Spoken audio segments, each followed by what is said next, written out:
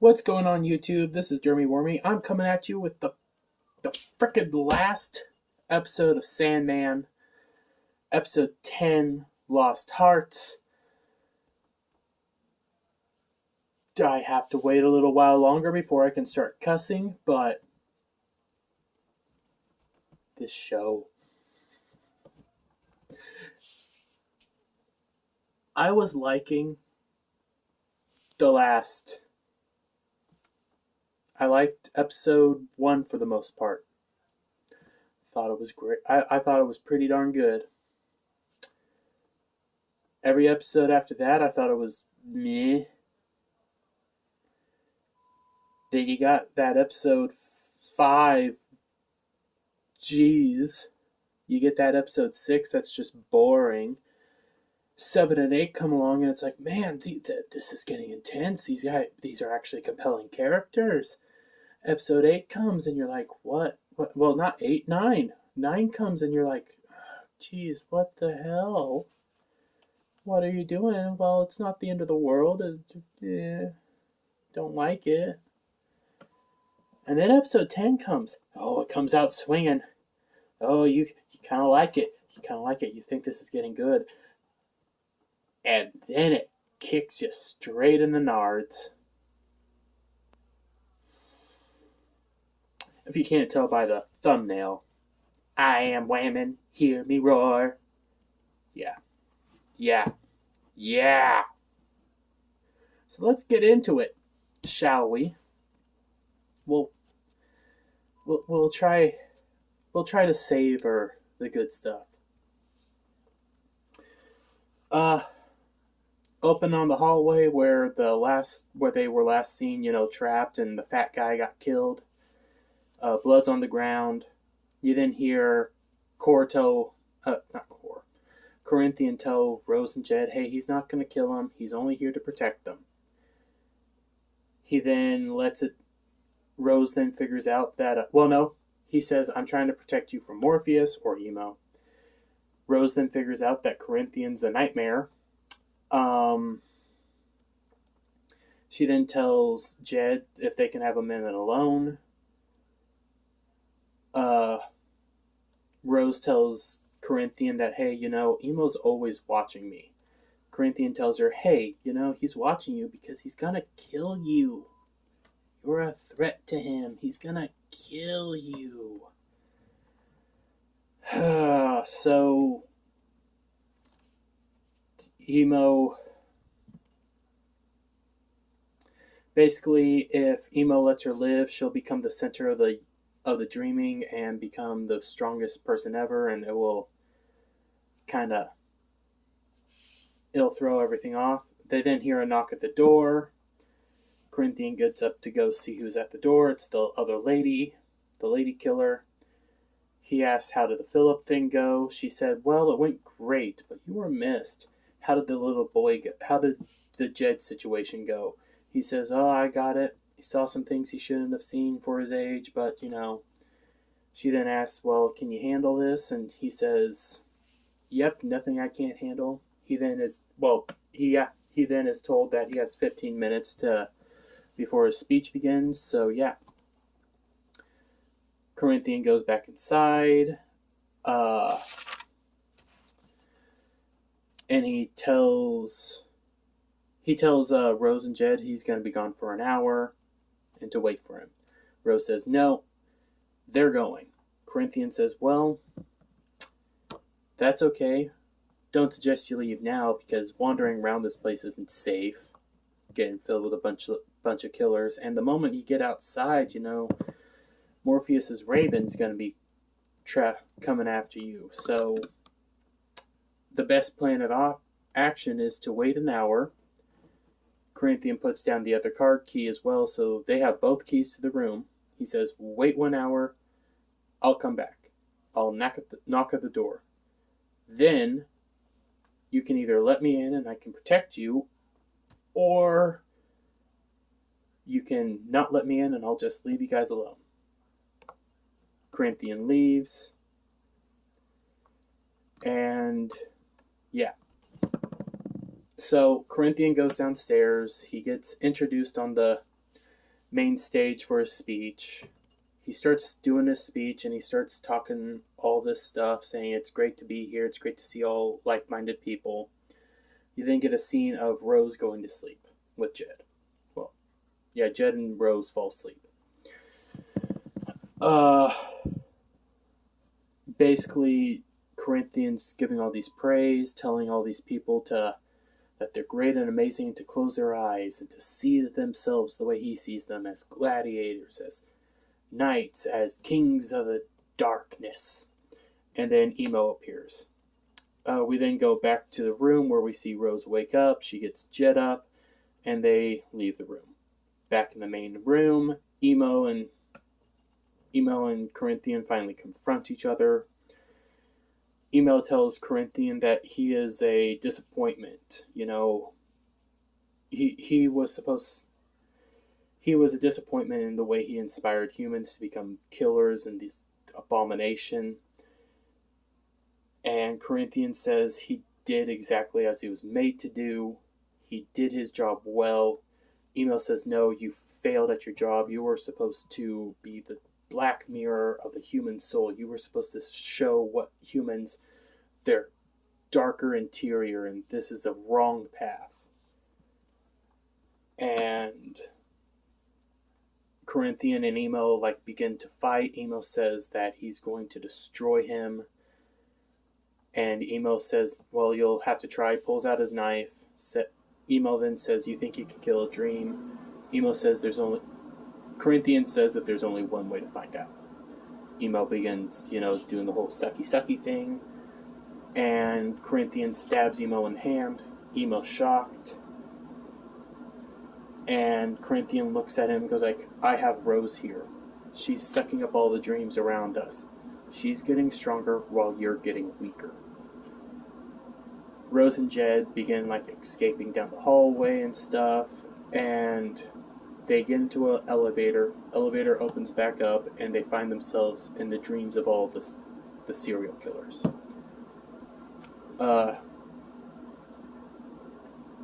We go back to the main hall. Corinthian tells Emo that, Rose is the center of the dreaming now, and she's breaking down all the walls, and all the dreams are coming together. Emo then says, well, if she's asleep, that means she's not out of my reach.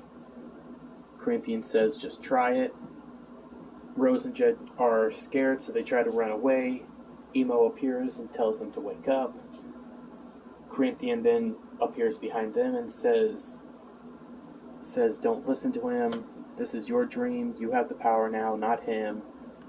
And then says, let's return this to a blank slate, and resets everything. The serial killers go back to their place. Jed disappears. Rose asks, where the heck is Jed? Corinthian says, oh, he's still asleep. He's still safe in his bed. And then a little back and forth starts. Emo tells her that she needs to stop, and that the only reason Emo tells her that she needs to stop. Rose knows that Rose tells him, why? You're just going to kill me.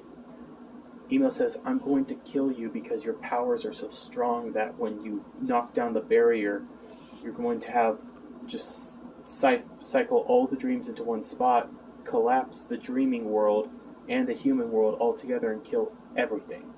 Every living thing, everything will be dead. And then Corinthian and Emo start having this back and forth, telling her to stop, no, do it, stop, no, do it, stop, no, do it, and then Mary Suing begins. Yes, the great Mary Suing. Rose uses her power to tell them both to stop. She then starts shaming them both, saying, well, she's going to find her own way, and thanks to you two, I'm waking up. I'm wide awake now. And she wakes up in the real world.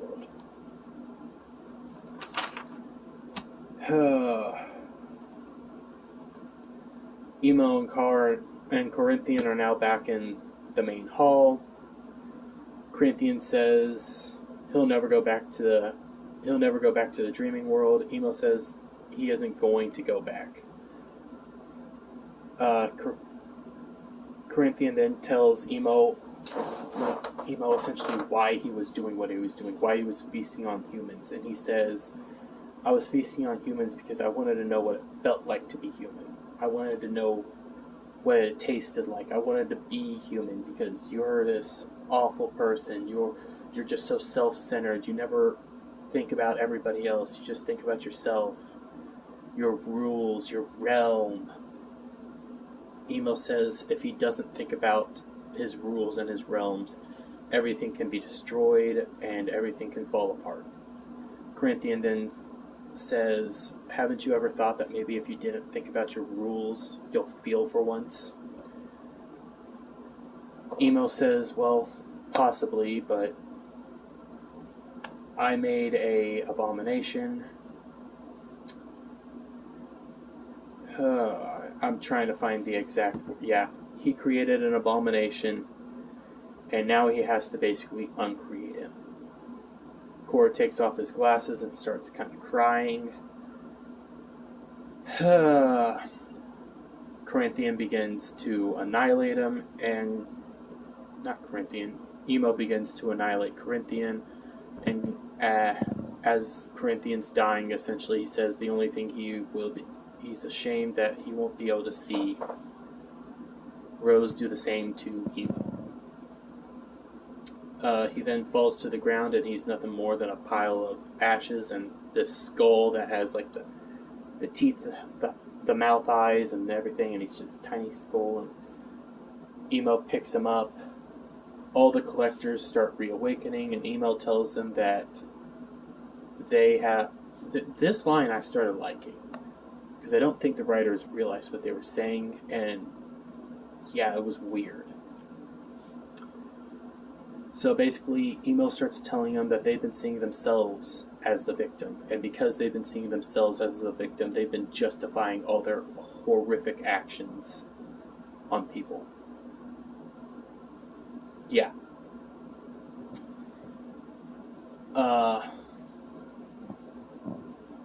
So Emo decides to give them a punishment.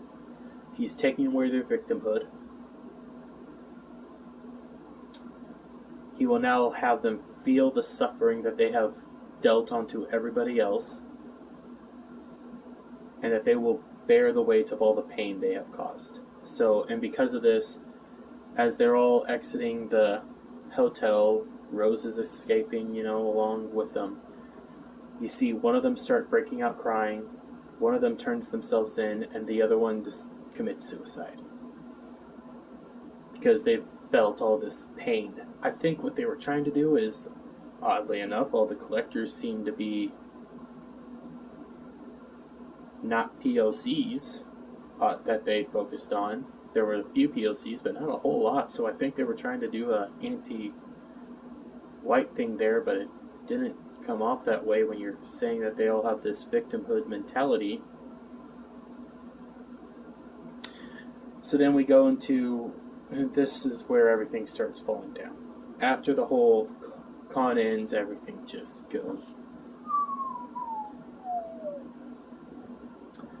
So Rode and Jed leave. They're in a car.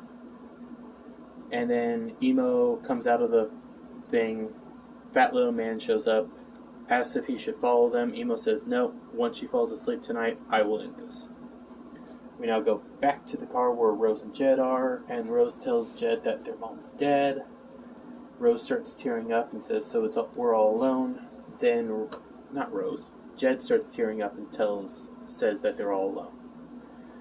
Rose responds with, no, we're not alone. We have Unity, who's our great-grandmother, and we have Lyda, who's pregnant, and she lives one floor above us. And then Rose's phone starts ringing, and it's Lyda, and Lyda's going into labor.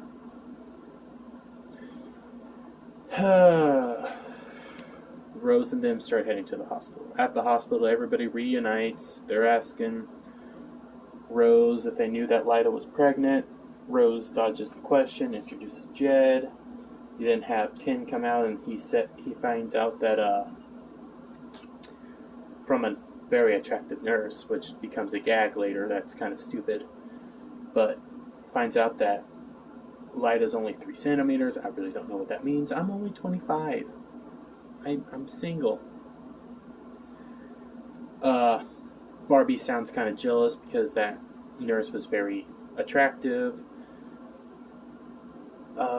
They then start asking, where's Gilbert? Rose thought he was at home. Nobody's seen him. They then start asking, who should we call? Should we call the baby daddy? Should we call this? What should we do? Rose then goes away and calls Unity, informs her about that they found Jed, and then she asks Unity if something happens to Rose, if Jed can go live with Unity. Unity says, well, my entire plan was to have you both move out with me and we'll live together. I'll have my family that I always wanted. Rose starts to cry a little bit, hangs up the phone, and then goes back out. She kind of looks scared in front of everybody, and everybody starts kind of trying to cheer her up. A nurse comes out and then asks for Rose. Rose then goes into the room that Lida's in, and Rose is showing that she's afraid. She's afraid she's going to die. She's afraid to confront Emo because she knows if she confronts Emo, she's going to die. Lida, on the other hand, and I get it, okay, I get it. Emo re-killed your dead husband and said that because, your baby was conceived in the dream world that it belongs to him. I mean, but rules are rules. I get it, they're kind of messed up, but rules are rules. And Lida, knowing that, Rose is this dream vortex, and if she doesn't die, everything gets destroyed and everybody dies, suggests, well, you know what, maybe you should kill frickin' Emo. Straight up, she suggests that Rose shouldn't be scared because Rose should use her powers to kill Emo, and Emo should be scared. Emo should be scared of her. Yeah, women empowerment. We go back to the B&B, everybody's falling asleep, and as Rose is falling asleep, she gets that inspirational push dream, all the good things are coming into her, and she's getting all this push. Oh, you can do it, you're strong, find your own path, yeah, you're powerful. Rose wakes up and then enters the dreaming. She enters into Hal's dream first. He's doing his old little song and dance number, kind of catchy. She tries to leave Hal's dream and the doors won't open, so she pushes and her powers activate, and her powers start going haywire. She breaks down the walls. Everybody's dreams are compounding on top of each other. You see Chantel, I think it's Chantel, one of the Goth sisters. Chantel can't finish her story that she's trying to recite. Zelda comes up as a little kid to try to encourage her. You then see Hal and other Hal are walking around like all shocked that what the heck's going on. You then see Barbie come up in her little fantasy outfit with her little bear beaver thing. And you then see the joke that I hinted at earlier. Yeah, that you see Barbie sees a frickin' Ken in his Lamborghini getting serviced by that nurse.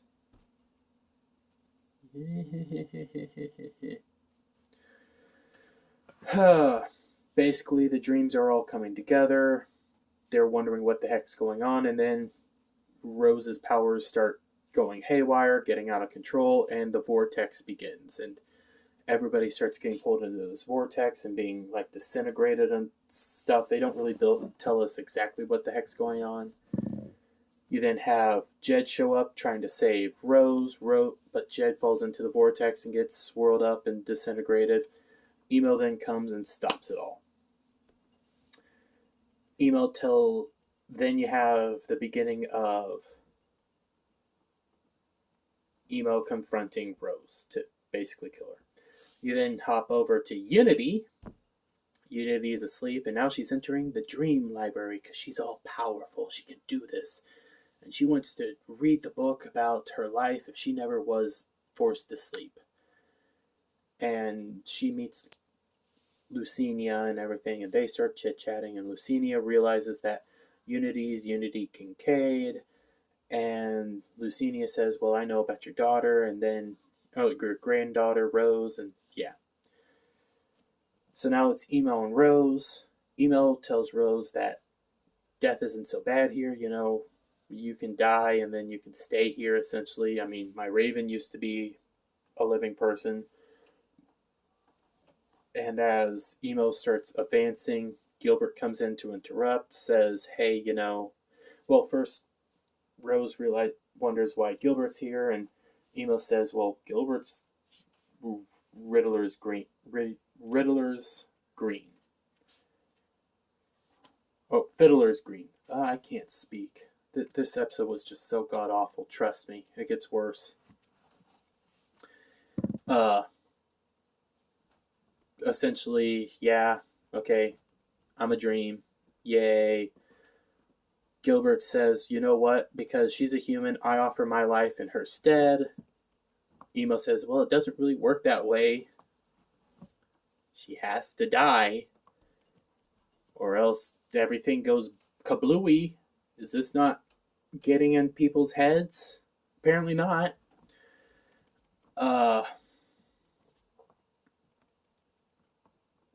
Rose says, what's the point of being a vortex if all you have to do is end up dying? Emo goes to answer their question, and then Gilbert interrupts, saying, well, maybe it's because vortexes show that, hey, the dreaming doesn't exist. Dreamings and the Eternals don't exist to be the masters over humans. Humans exist. The dreaming and the Eternals exist because they are to service the humans, not the other way around, and all this stuff.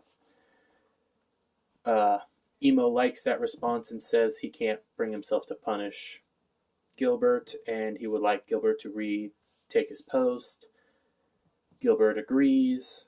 Rose asks, well, who are you really? And Gilbert says he's not a who, he's a place, and he's actually this great field stuff, and asked if when Rose dies, if she could and stays here, if she could kindly just come visit him and spend time in his fields and hang out in his trees, Yay. They just now accept it. From going to fighting to save her, they just accept that she's gonna die.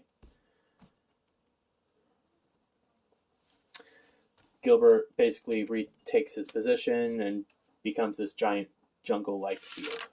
Very pretty, very colorful, very green. Emo tells Rose that he doesn't really want to kill her, but he has to. It's his responsibility. Rose's powers start acting up. Emo begins to approach to kill her. And just as it's starting, Lou shows up with Unity to stop everything. I am women, hear me roar. Unity has the book, and she said she was supposed to be the vortex of this era, but because Emo was gone, it was passed down to Rose. And Emo says he doesn't really understand what the heck's going on, and Unity tells him that he's pretty much dumb for not figuring it out. Basically telling the audience that we're dumb for not figuring it out, because I still don't know what the heck's going on. This makes no sense. Unity tells Rose that she should give her what makes her the vortex, give what makes Rose the vortex to Unity. And Rose asks how. She doesn't know how, and Unity goes like, this is a dream. Anything's possible. So Rose reaches into herself physically, and pulls out, I shit ye not, a fucking crystal heart and hands it to Unity. Unity basically sacrifices herself to save Rose, which, yeah, that's nice and all, but she's like, oh well, we figured this out because we're smart. We got this all together. Yay! Unity dies, and as now she's like living in the dream world and stuff. Everybody's happy. Yay! And Unity basically looks at Rose apologizes to Unity. Unity says, "Oh, there's nothing to apologize for. If it wasn't for that beautiful man with the golden eyes that impregnated me all those years ago, I would have never had this chance to meet my great-granddaughter." And Dream and Lou pick up on that golden eyes part and realize who Rose's great-great-great-grandfather is, and it was Destiny. So I'm calling him a him from now on because the frickin' show called him a him. Take that! Unity and Rose part ways, and Unity says Mr. Holdaway will see to Rose and Jed safekeeping and give them all the stuff they need. Emo sends everybody back. Rose wakes up in the real world, sees that Lyda had her baby, and it's a little baby boy. Everybody's happy. Yay! You go back to the hospital. They see the baby, suggest what to name it. They don't really give it a name, which is weird. You then have the return of that little joke between Ken and Barbie. Ken and Barbie saw the dream, and now Barbie's mad that Ken had a dream about another woman. So yeah, basically, Rose decides that she, Jed, Lyda, and the baby are going to be moving back to New Brunswick. Hal decides, you know what? How far is that from New York? Oh, it's about this long. Okay, well, I'm going to sell the B&B. And then the two goth girls go like, oh, well, we'll buy the B&B. And everything's happy. Yay! Hal's planning to sell the dream he had as a play. We now go back to the dreaming, which I liked this scene. I liked it. I actually really enjoyed it because Destiny is good. Dreaming, it goes into his like little ornament room, picks up, not Destiny, Desire, picks up Desire's little sigil and says, "Are you there?" Desire answers, says, "Oh, yes, I am."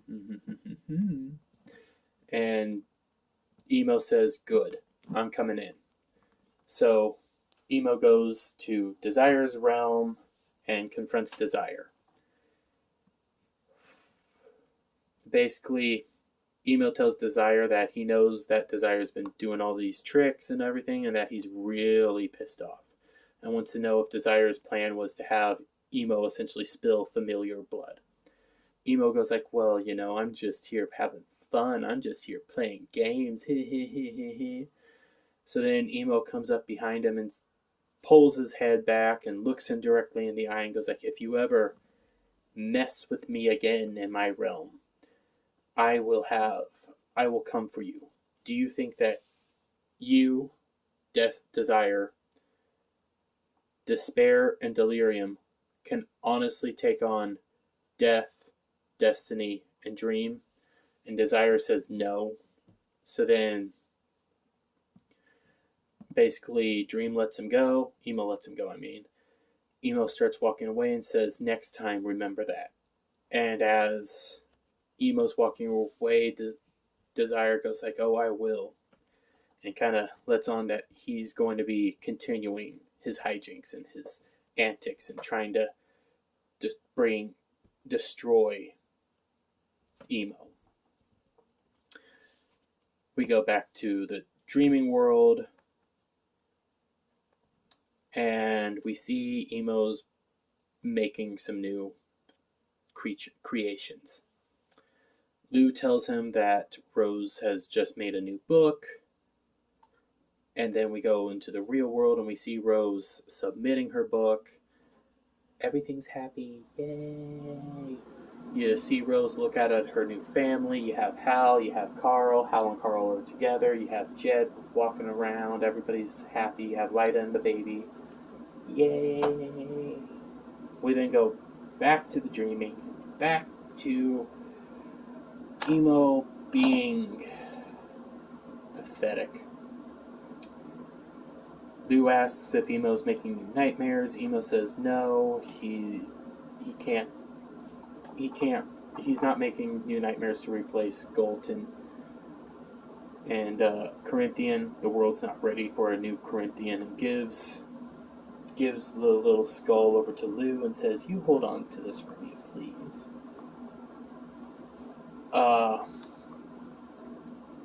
Lou starts walking away, and Emo goes like, "Wait, do you want to see my new dream creation?" And it's Galt now has a dream. Oh, she got what she wanted. Oh. And Emo says, "It's not my place as king to deny your dreams. I was gone, and things changed, and I'm sorry. You should be what you want to be. It's not like there's rules, and there's not like I created you to be a nightmare. Oh, you're a dream now. A new age and new dreams. Yay!" Oh, spare me. Galt's now flying around with her little butterfly wings, even though she looks exactly the same, so kind of terrifying.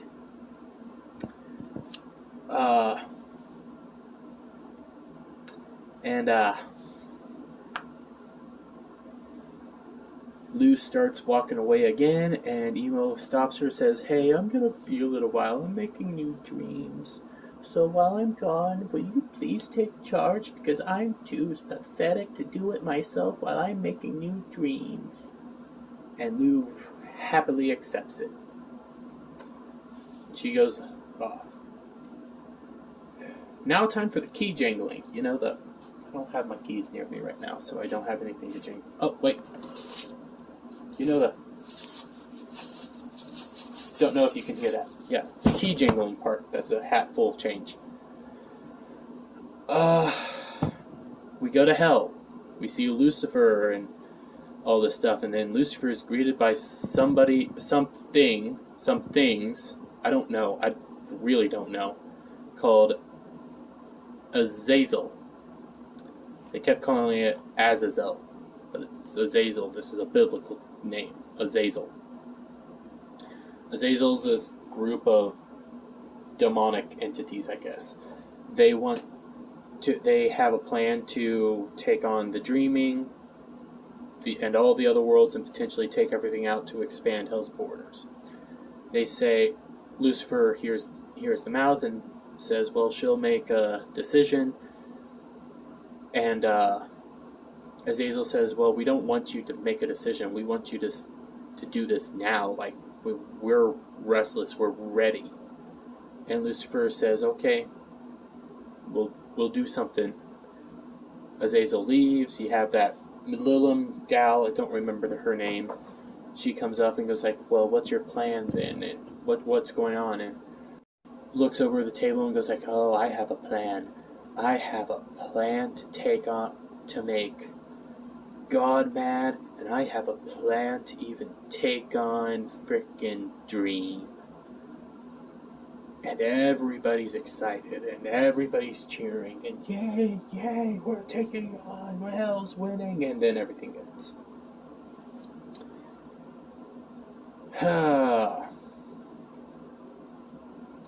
Let's go with what I liked first. What I liked was the wrap-up to the whole con stuff, because I thought there was some cool stuff there outside of the Rose. I thought kind of the showdown between Corinthian and Dream was relatively decent up until the whole you're a selfish person everything there, and then the speech he gave to the collectors at the end I really liked. Desire. I keep calling it Destiny. Desire. Desire is... They did something that I'm really happy. They made a they-them kind of creepy and terrifying, and it works, and I love it. And I want more, and he only has a handful of screen time, so that's cool. Well, I wish he kind of had some more screen time, but they do this in just the right amount that it leaves you wanting more. But you can't have more. What did I not like?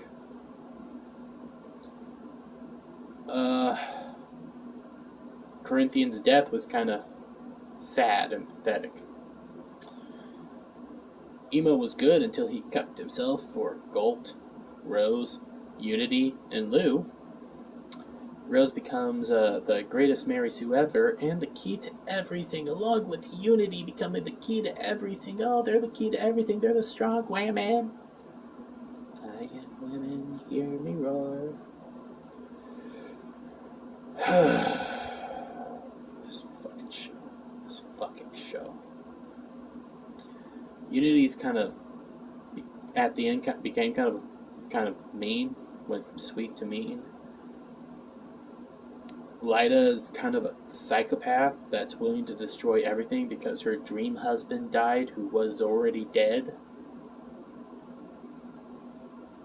And